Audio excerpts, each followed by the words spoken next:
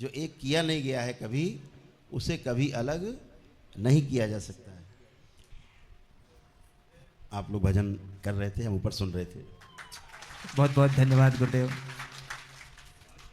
बांसुरी बहुत बढ़िया बजती है। पर बस खींच लेती है, तो सुनना ही पड़ता है।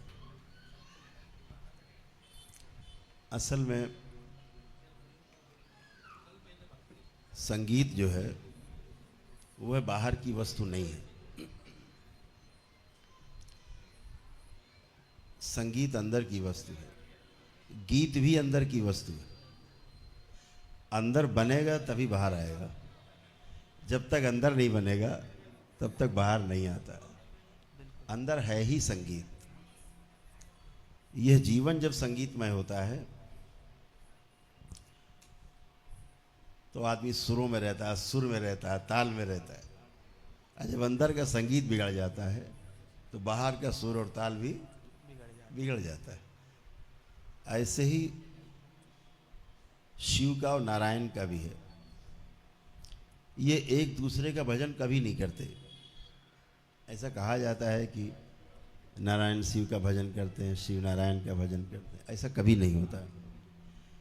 ये दोनों एक दूसरे के भजन में रहते हैं, करते नहीं हैं। करना नहीं होता, रहना होता है। रहते ही हैं। जैसे संगीत अंदर बना रहता है सबके, वो है ही, उन्हें भजन करना नहीं पड़ता, भजन में रहते हैं एक दूसरे के, क्योंकि एक दूसरे के पूरक हैं। बिना एक दूसरे के साथ रहे बनता नहीं है। जीवन के साथ साथ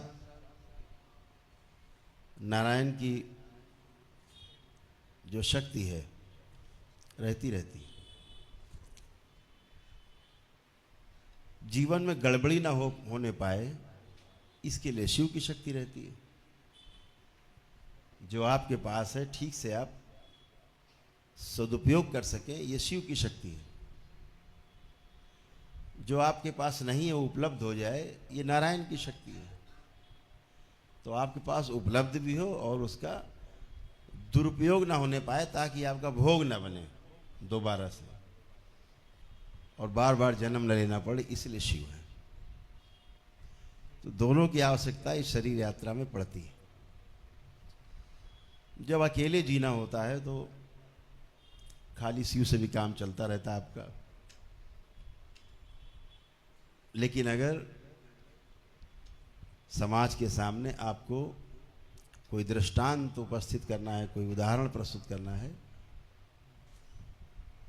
तो शिव और शक्ति के साथ साथ नारायण की आवश्यकता भी रहती है।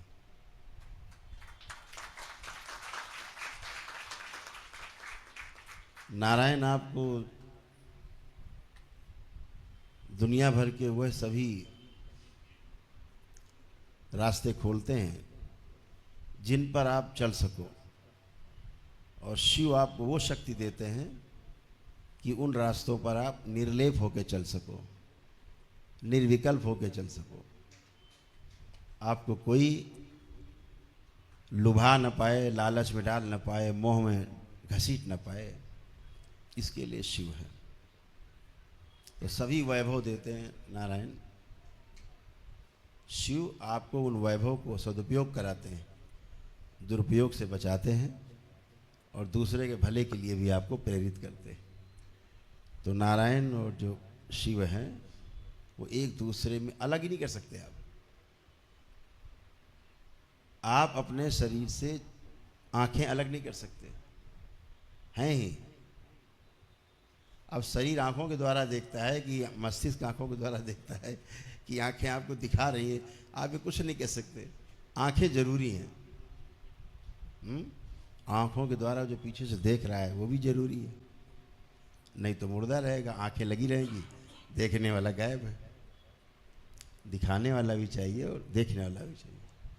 तो दोनों का ऐसे ही मिलन है, दोनों ऐसे ही एक दूसरे के पूरक हैं, कभी एक दूसरे से अलग नहीं हो पाते।